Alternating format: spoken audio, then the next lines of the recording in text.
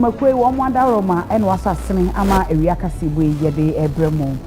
This way chocolate drink. You hear you so share. Your special ice mineral water. Your special drinks. And afe your best point savings and loans. One more air catcher or say ope bisi anu aba. Nemum kai. Ne hunu say uyo ubia. Uji waketia anase Controller and Accountants General's Department. Ho eni etua okafa na bosiana obegino yetumi atetewo nkakra. Enyumakwe wo manda Roman wasasene ama ewia kasebo Midday ebremu midin e de akosi asapo me e na mekenkan kasebo no e de amamo se yera ensem ni mu e de a ofofo a wono e na hwe eye yapomudin ho nsem eye onimunyamfo kwabna minta akando na watu anamon a wode nani ache University of Ghana Medical School woko na wakwa hwese de entiteye adesua ena afi akomuden ho nsem no se de esi etie we aye working visit. We have some difficulties in the sector and we are determined to do our best to cause the necessary changes or the reforms we need.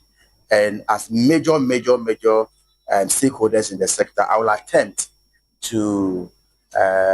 maybe update you on what we are doing so far in the ministry. A lot of uncompleted, ongoing structures in the country, more than 100. The reality is that we cannot have money to complete all these 100 facilities within the next 1 year or 2 years. So what we are doing is that, again, we are going to bring the private sector in. One, corporate Ghana. So the mining companies and the telcos, they will help us finish a quick, give it back to government, but they will have what we call tax deductibility. So we have spoken to the finance minister, and the finance minister has agreed. And so it's something we are developing. The private sector can come in. When the private sector comes in, depending on the investment we have made in that particular facility, we'll sign an agreement with you. If it's about 10 years, 15 years, you have to revert back to the state, or you renew that contract with the state. We have quite a number, fortunately, of well-trained, qualified professionals. Fortunately for us, these are personnel who are working in the Ministry of Health. All they need to do is either to be seconded to the universities to help train the specialists and the undergraduate students, or to be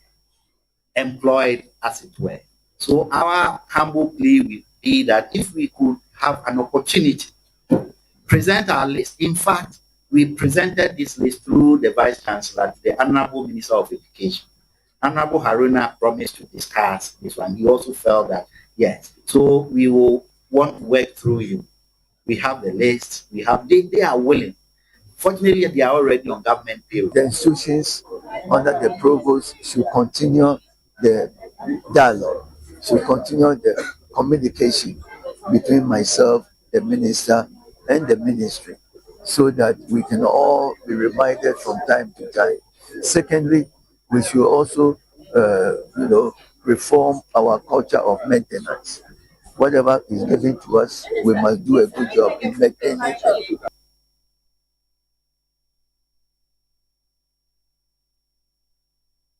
Yeda so ejina pomuden atena ye hono ana eno na osofo echechimu se ukwa yaresabia ahodo ano a kamia ye se eya na enkofo ho kire wo mo pa ni nyina ne se ye specialist bia obetumi ahwe obi a wo yare ansampo na bia doctor ankasa ba eya na eho de papa eno nti anesefo ene midwife fo mo gi awo no ade a wo ba be ma wo mo teteye papa a eno be ye specialist ne fam ho a ekoba sa no a se bia wo ye nurse a na yama ne santete ne be se busumi nsia wo ye midwife ani ama ne teteye ne be se busumi nsia ma enoma bi esese wo mo ye de bo a doctor fo no ema ne so no etimi akọ eno nti wo kirekire mu se oncology afa critical case nursing, neonatal and afe pediatric improvement and afe nephrology eno ene ntete ya wode ema a nurse fuei bosomi nsia no mo so ba be specialist dia boa doctor for instance say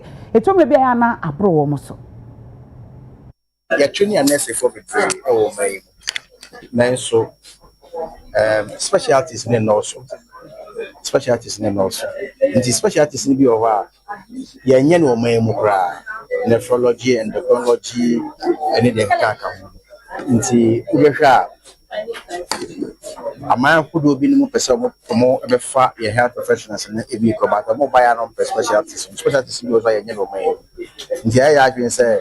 a new program a dey ba post basic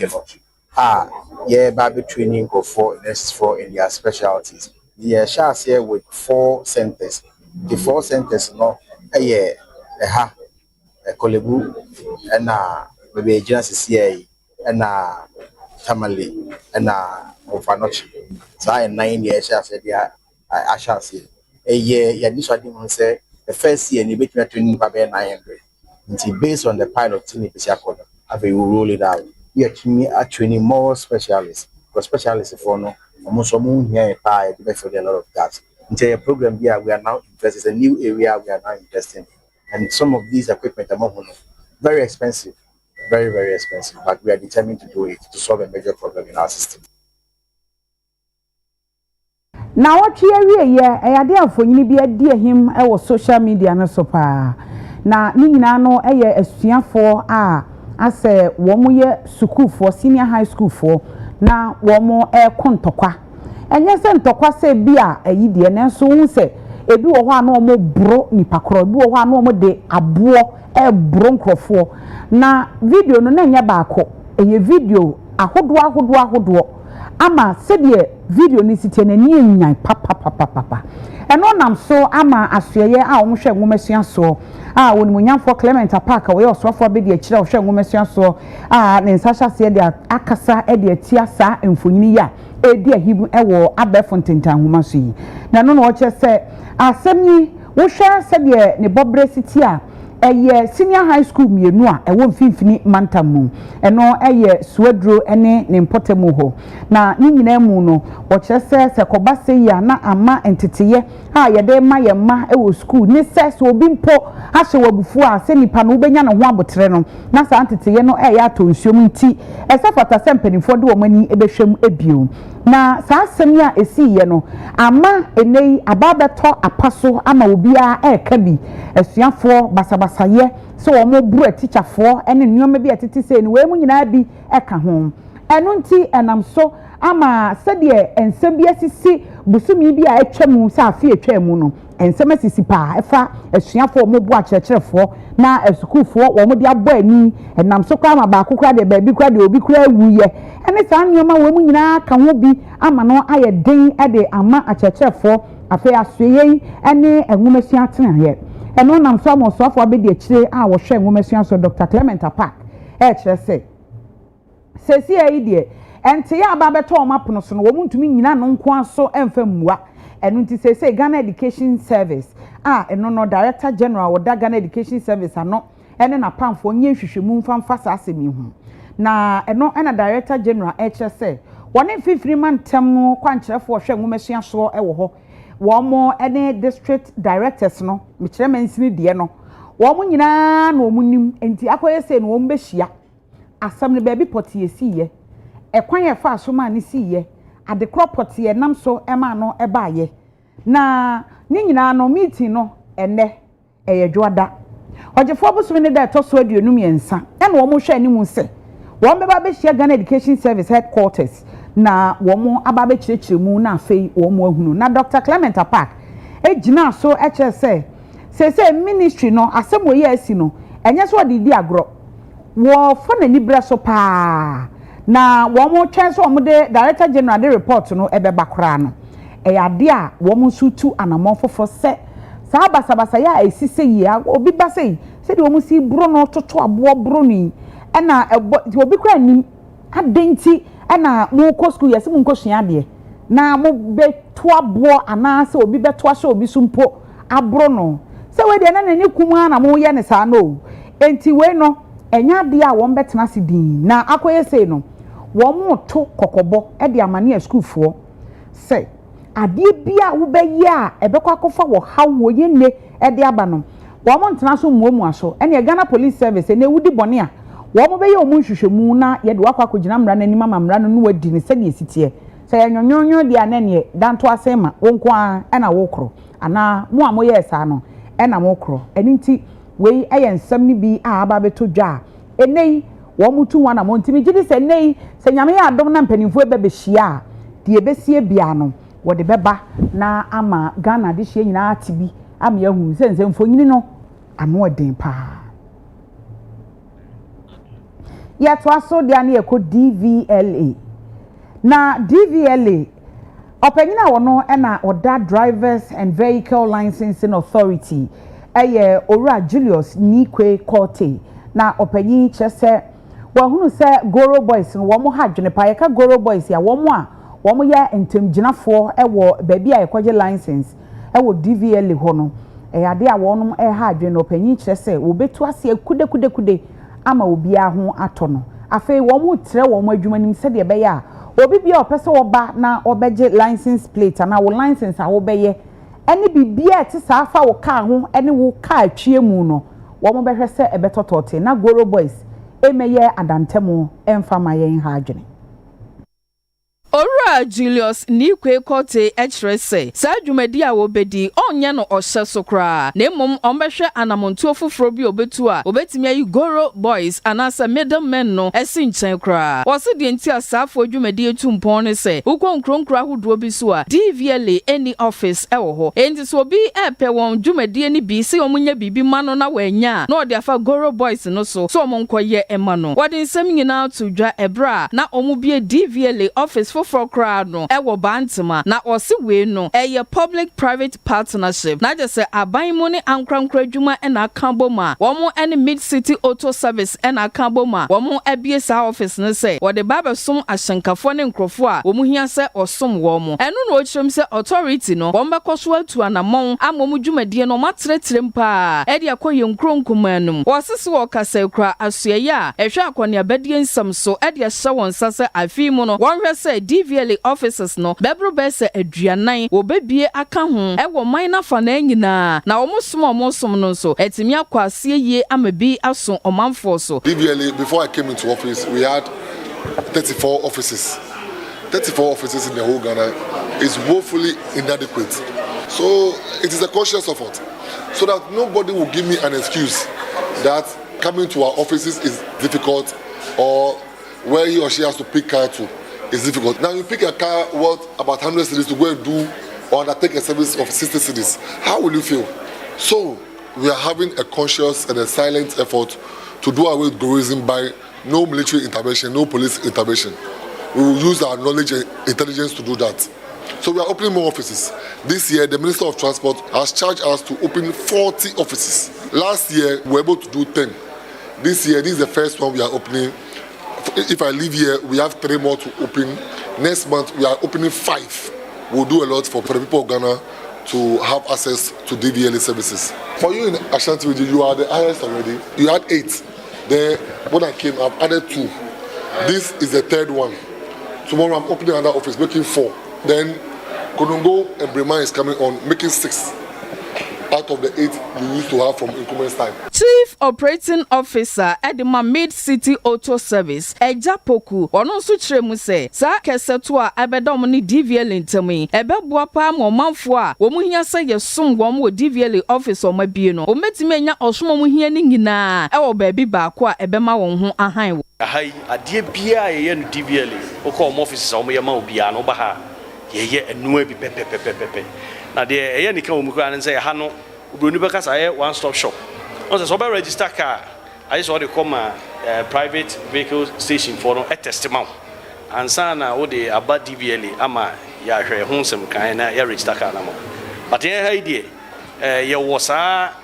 PVTS ne bi private vehicle station nti oba ha yɛ testo car yɛ wɔ eye center wɔ ha eye clinic a yɛbɛhwɛ w'ani wobɛgye driver's license a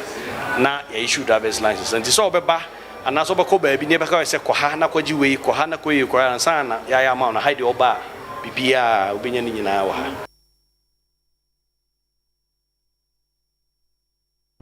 After the ani actually Western Regional National Security Liaison Officer, Brigadier General Musa Waja retired. Now, openyi dia tu edwasenya dia wonum ehome so na woma galamsefo wo mo afa yensa ase no. enti we mu nyina no wo mo e de nafua mienu e na si ho e ko wasa menfi west mensin ni mu e ko hwe se obetu wonom eso sa enam so ema ba bi omokoye no ene e wo mo nyoma ne control board we si excavator so ne ne keka ho ne de ni nyina no wo mo ensa e kan. We discovered that most of the illegal miners were operating along close to the Tano River. And all the activities in terms of washing their soil goes into the Tano River and therefore causing serious pollution. We managed to seize some excavators, but on hearing of our presence, all of them fled and took most of the control board and even conducted certain mechanics on the excavators, and therefore it affected seriously how it can be evacuated from the site. So there will be sustained operation to create the necessary awareness for these illegal miners who are operating in the river and along its banks to stop the activities in order to improve the surface of the river. And Tano is so important because it's sharing a boundary with Western North. So I want to say that generally the operation was successful. There are a lot of challenges, but it's not something that will hinder our operation. And I can assure the good people of the Western region that the River Tano and River Ankubra will be rescued. Asofo a wo hwe ya pomuden ho nsem e kire se a doctor fo ni bi wo ho na se yedomo ekokoto emia hodo bi a omo kire se ho ya akura so dodo nti omo nko eno no wo mo ade omo pe o nye se bi a wo mo kompo no makope bibi fufro no ane se wo mo enko eno na wo de kokobo ema omo se obi bia yedo ebekwa akoto ba bi a wo beka se ya akura se nti wo nko no se wa nko a payroll ni ebe yudi afri so ne kire se ni aban adwuma na there are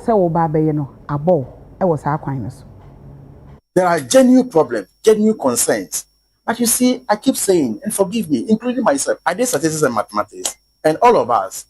our education are highly subsidized. Even if you're a fee-paying student, you don't pay 100%. And so if in my constituency, Sefia and Tobia, the farmer there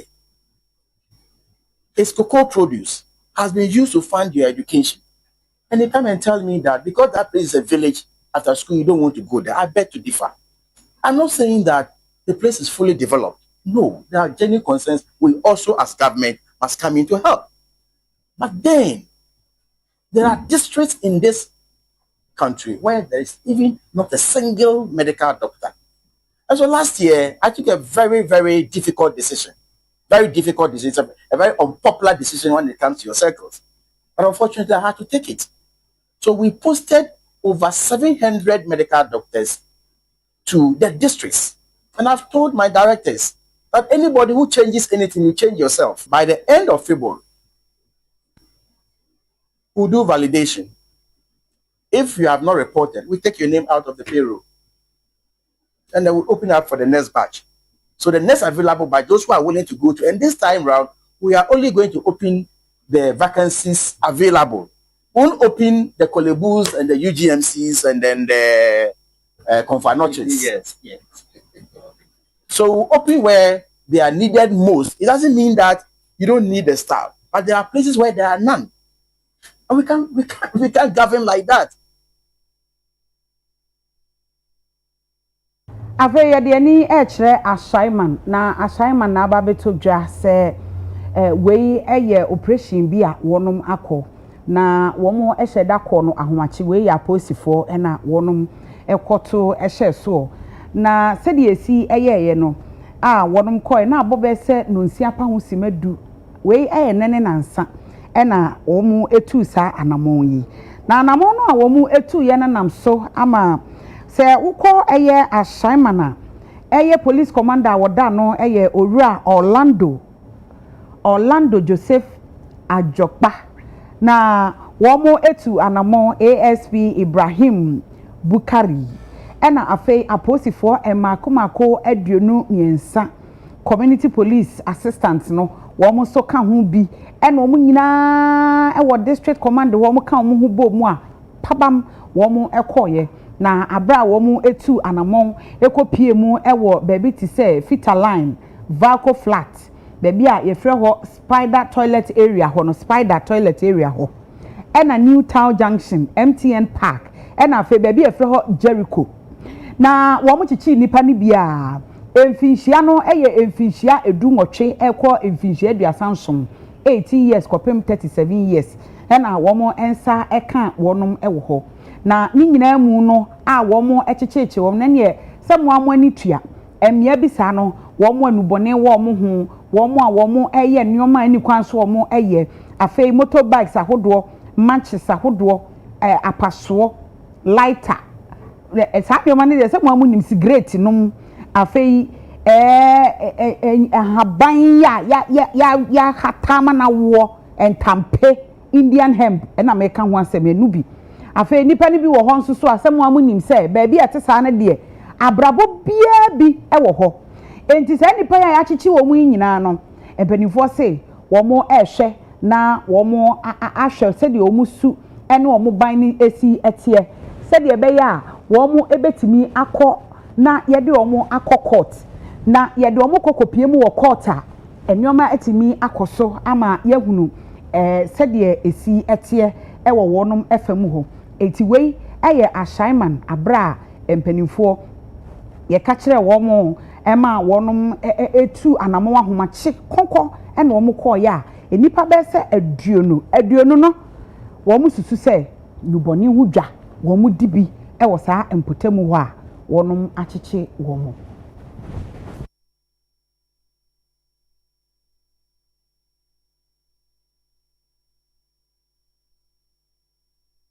Ya na krache a wono anase chief executive officer a wono ne da Mayskin eye owura Boache Augustine na opanyi agri business firm a wonom eye no wei eye nhyehyɛ papa a wode agu ose de be ya yeka eburo wo betumi ahwɛ ama wahyehyɛ ne yie na sɛ wo mo ye bibia wie saa na eduru time a sese yetɔ a na ye kwa akotɔ a ɔhaw bia eni ho na wei mu nyina no wasrɛ aban sɛ wo mu hia mmoa a ebetimi aboa wɔnom ekua na wɔyɛ na mana etimi akɔ nanim enti eduru bre bia na yɛ pa buro a enkoba sɛ ebre we ye nya buro ebre we ye benya buro eburo ho ayɛ den ni nyina ɛyɛ ɔhaw kɛse enti wo mu hia aban ɛmoa ya for mu boy because e ho kyerɛ pa wo hwɛ aburo na sia se aburo first na 1000 2000 what you say and aburo open trend there kura na siwa no obi anto so what you say ntia wo mo boy because ya kua for ya bre matie niam so aduro DDT ni niam a de ba ya afudie ni nyina so mo ti bibia so and the tratters yes ye kaka bibi sen cafe ya ba ya mo boy na kwa mo ti tratter so ma ye na nso no say no mo say pass no boarding enti nya dia tratter on beto so ntia afie ba den kura na ya do ntia ban no say aban ba boy wo mo bi de ba boy wo boy enye dia nema ekoma ene de emwa ye kura so okay market na warehouses ya bua bua nya bukuma compared to previous years we dey not for no ban tenten but this time around price no enye na the tosu ni so o pese to kura ma wa at that low price no and so esaya whole Asante region ejura na ese atuye ne de ewo so obi atu o ka to apro tu ase wanya ana biza ejura na ye first abai so won boy abai boy but because won ba tele tikora so abai kwa so won to apro kora de e buwa ko no mutumi nye sika ka ba te ba ko kora ja e wan ba ga ko ma ba ja ba te yenni akiafoni di sawaso e ma mo major problem pa e farming inputs it was true there was also more top fertilizer about what I say a bro over ton is here and it mean top fertilizer about and your fertilizer and your agrochemicals and so on the preventive pests and weeds in now bono it was so it is a buying a share a piafua the strong say mom sheko kwa piafon a bro piafon so come it be so yɛsrɛ aban so sɛ adwuafoɔ sɛ ɔmate sɛ aban sɛ ɔmotɔ apuo no bi nti nka ɔmo mmra adwua nso so ɛnka ho ɛma wɔ mo ɛmɛtɔ bi ɛma wɔ mo because ɛno deɛ ɛyɛ ade pa a ɔmo ani agye ho sɛ aban no ɛyɛ de aboa ma maize no ɛwɔ no akɔ but ɔmo fɔ ɔmo ani so nkyerɛ kutira wɔdwua yɛkɔ ɛbo no bebrebee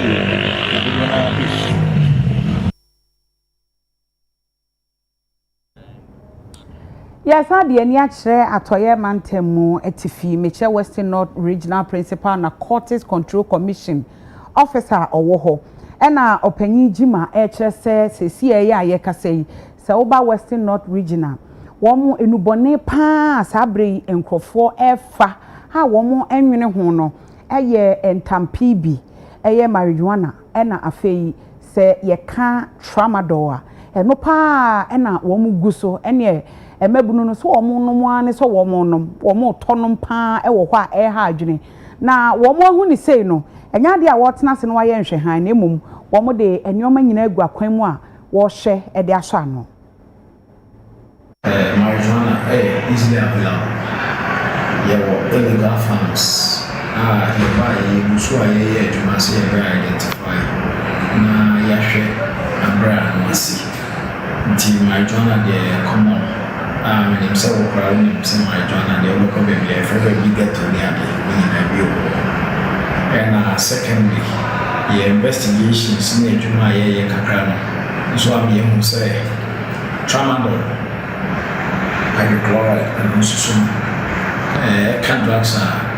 youth so abuse our system nti drugs me no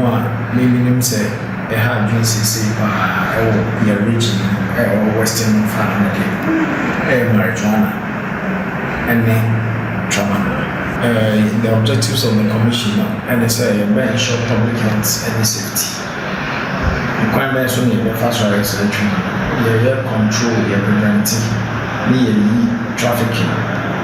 of prohibited narcotic drugs and plastic. The measures now and on a boa amayetimia sedjuman and mandated to collaborate with police and the other security agencies. Seneca meeting at the Sunday we are back from one see about in chair and many police commander more any crowd on shares collaborating Seneca intelligence. Afeyen kwa poye mantemu ana ye Brim Central na eho ena achimda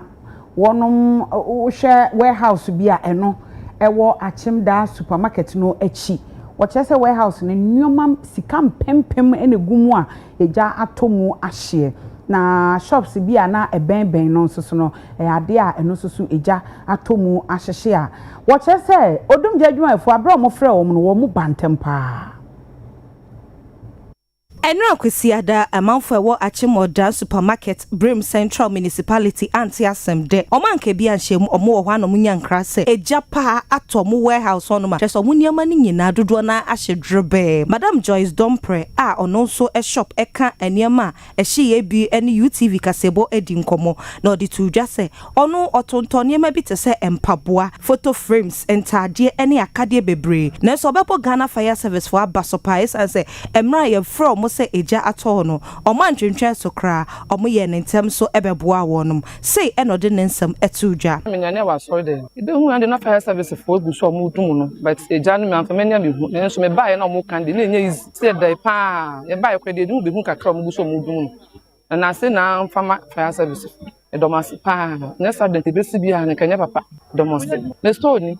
me bla ho no mo do mo nyame gu mfa na so mo da ye hosi me ndai kura na ba ku fi kuma mo mienu fi kuma se ba mpa boa kuma se me bottle tintim mienu ba ku ludu nhwehwe flame ya de tu enema be play ni na egu me ndai ya ni na egu ni na ahye ni na omo dum bibia ho mpo bia mpo na ho ntenumre kura no de ma me se kanya no na be omba ombe so obia na ho nsanopa no omo ba no be yom ne ma akɔtrek no ma bedum no obia na ho se ho mpo de omo na ho na ama soje bia na oba bi komo na mafa so makɔ nsuko pot bi na ama sa we na aba ya ba ne gya no te sɛ edema ede edema da na samafo atwa ho hye but ne gya no the fire was in progress na gya no ana no den nearby houses. Now we have to quickly intervention. They will say, if I can bit me put you far off or to prevent fire so that it cannot affect other property. Yaba, I say Mujayan, na you to me channel. Na bibia cause of for suma. I say wouldn't win me to know. Bet me pla. And I say we see no alcohol who are home no. A bit one kidney problem. It's a best to me move on. And I say publicly say, who be sa, you never do pet. Omunya edwuma eden emayen na amfa wo hawo from so eden amba atutu abnema timemfo ne se ye baa no me hwa ha sei no wo hwa bebia structure ne wo na wo hwe ehun na ehun te ehun nyina afu structure bi wo hono ma ye nya hwiwom isuo kwa poor housekeeping can cause fire ufie we no ufie ni a edija ba because wo hwa se na wo ha mo te edwuma na eno ma ehun hia atwom ho ahia mango haban ne kokwa haban na ate awo opesi eja so ma definitely there will be a fire etu mesre baby awo te no wo modern say ubedi honi Mpanimfo a wonom ewo St Joseph College of Education in Waterno South Mesini mu ewo ahafomantam num dia disrede heto mpanimfo enim se uba won campus wa enioma hodo bebre na enkoyie amade kire adesua ayedin yie pa emu bi eye se wo masesa student feeding policy wo mo aduane sem eho enhyehyeye afi classrooms ahodo no woni bi ewo ho ye kan wo mo transport nsem a eno so eye ohaw ena afi so ye kan konwa wo mbetena so ne nioma bi etesa no ayedin denden pa anti anka abai twa omani abehwe wo mo a anka beboa adisuanfo no ene Ministry of Education Tech ati ase say omalawanse na yete dodo na firim ede mo aduane no omse omompesa nti yante ketua bi na yemfa mo awia aduane nko a lunch so we give them one hot meal and the bebo so emiensa ko na ani de eno na akoso wa ha na ohawa ede ama ye doso say ama school for no omo movement e be regulate say anopa awia anwumere be regulate movement ye ntimi e be say akola no wa mana aduane ba ko pe awia anopa anwumere kom de no mmere bi a obeye den they say wo hwe bechem kroma tambia wo say school ni na mu oye den ko pe aduane ato adi eni samra no ye sra ban say onsesam school no ye boarding school ba bia ya campus school for ato wall afa ho de e wo so mana aduane anopa awia anwumere sada be a oni excuse bia so be ko krom so okoto aduane any management ye singete se ye ntwen se obi ba beboa ani ya hyase se ye boa ye ho na emum no kwasem ni se yedu ba bia ne ya ho odin ensoso nti yesre ebiti se classroom nkwala ne besua de isi ya no first no na ye class ni susa na fa aduane num enne class ba kon fa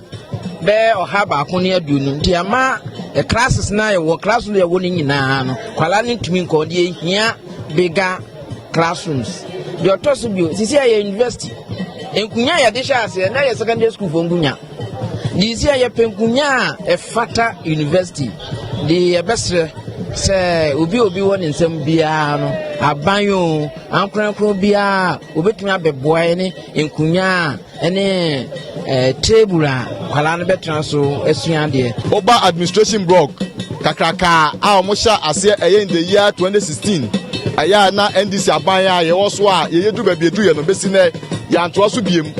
ebiem so eye guest eye dormitory onso kakraka asa 2016 na besi na ya nto so biem ebiem esa so ye teachers eye bungalows onso ye sha say ye si no so ebesi na enso ya nto so omosa so e wo problem with cars eye buses ebetimi aboa na ede enkra no so omo ko eye baabi bia adisua no mbo akosua o baabi a ebeti akọbo mama akosua de no aso mo education ebeti abo om no ni nyina ya de a omo enibi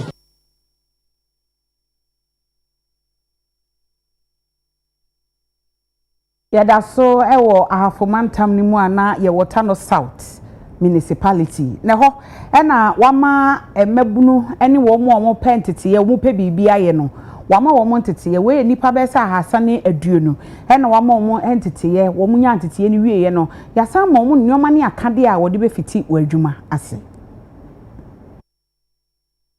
business in box a yɛtwa ne tiawa friend best box any Ghana Enterprise Agency any Mastercard Foundation any kabo mu a omoboa ma emabuni etimi enya saa ensano nnwuma yi say obi jina baby ka say na njuma ne wo here eye Tano South nkwa and then over 300 people echo started omuji they are mampeni any swadi who say Mbebunu a ewo oman we mu omo benya bibi about say no broni kind of entrepreneurs na Mastercard Foundation so any swadi who can say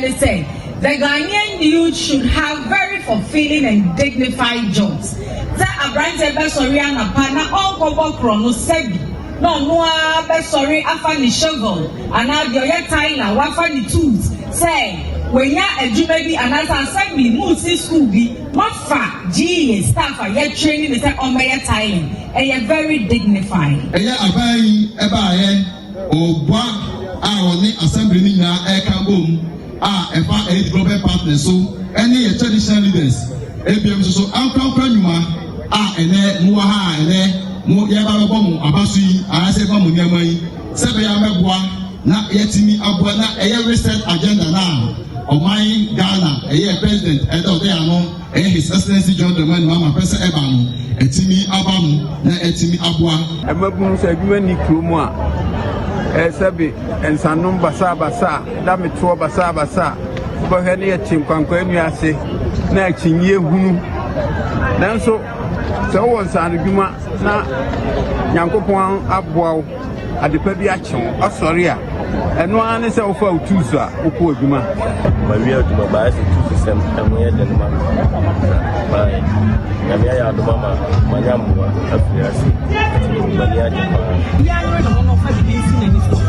Sɛ adwumadie wei ɛnyɛ ɔmo a ɔmo wɔ adwuma nkoa ne kɔn obi wɔ hɔ a ɔni adwuma koraa but ɔwɔ nsisie no wɔ idea ne sɛ ɔpɛ sɛ ɔyɛ bi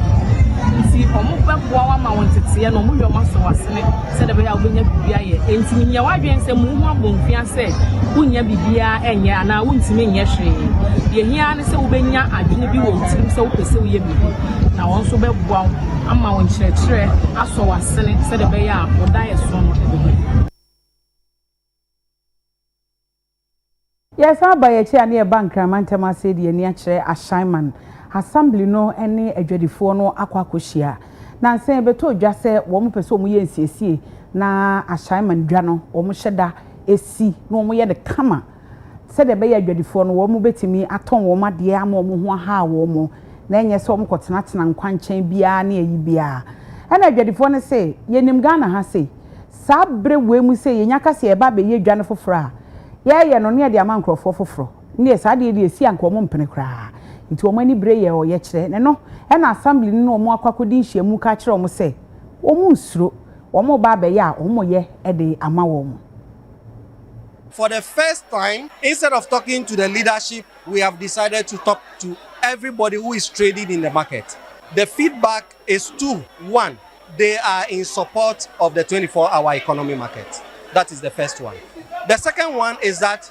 they want as many people as possible to sell within the market after its completion. That is, those who are trading in the market today must continue to trade in the market after the completion. And that point has been well noted. That point will work as an assembly, and it is an assurance to the people of Ashaiman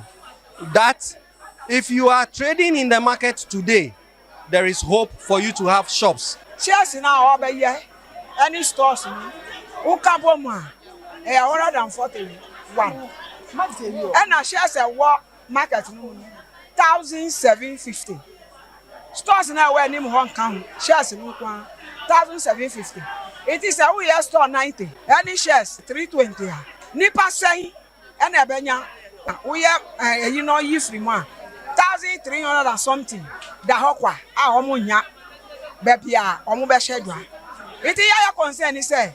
Drano, all your stores, Namburusu, no more Muwa, Quinu, or Munya, Quino, Murim. One man assembled no yas who gave 5 years. Behagi. Miriam Musiano, na Ukokubi Casa, with the young thing. Yomo can say, yen pinima yen shiti yen go one side na yen see man feel bia I'm listening to them. Development of every project need peace. Development go with peace. Uma assembly no your concern. You see young money and start here. The consultant can amend the drawings. You see we are on the drawing board. This is bia assembly person they can do it now. Answer na be shortcutting say you two form no. Say you gba nyina na ya den na ewi. Abusua ya kwakwaje aboafo enkrato na matade ehemi efri Clothing Palace. Clothing Palace eye emanta de papa fie. Abusua wonom wo akra woni lava ne di nhwani mu nti ebre bia wo beye wadwense wo patade ahye akoba bi no na oni omo akasa wo 0271998313. Eni mado na ede sports no eto aso ama ye basisia. To break us your boy, a ye echo band, and a Roma, and was so yasne, ama ye de bro.